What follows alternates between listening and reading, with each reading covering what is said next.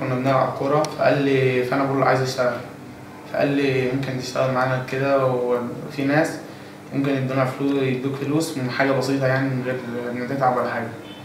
وأنا كنتش أعرف إيه. في يوم قالوا لي هات لنا مية اللي هو بنزين بس. مسمين البنزين مية. جبت لهم بنزين منين؟ إيه، من بنزينة المرج. اللي فين؟ عند السنتراوي. بس ما جبتش كتير، هم 5 لتر. جبتهم في إيه؟ إيه؟ في إزازة. في إزازتين. ودخلت البنزينة كده اداهم لك عادي؟ قلت له إيه؟ قلت له عايز بنزين. من غير ما يسألك ليه؟ ها؟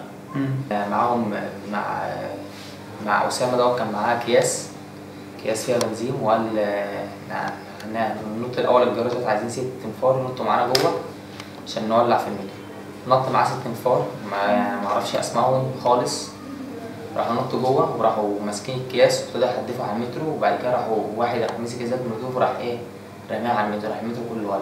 قلنا يعني إحنا هنحرق الحي وكده، فبدأ يوزع علينا البنزين اللي هو شريف خالد، وبدأ يوزع علينا البنزين، وأنا مكنتش عايز أحدف، كنت عادي كنت رايح كده واقف معاهم وخلاص.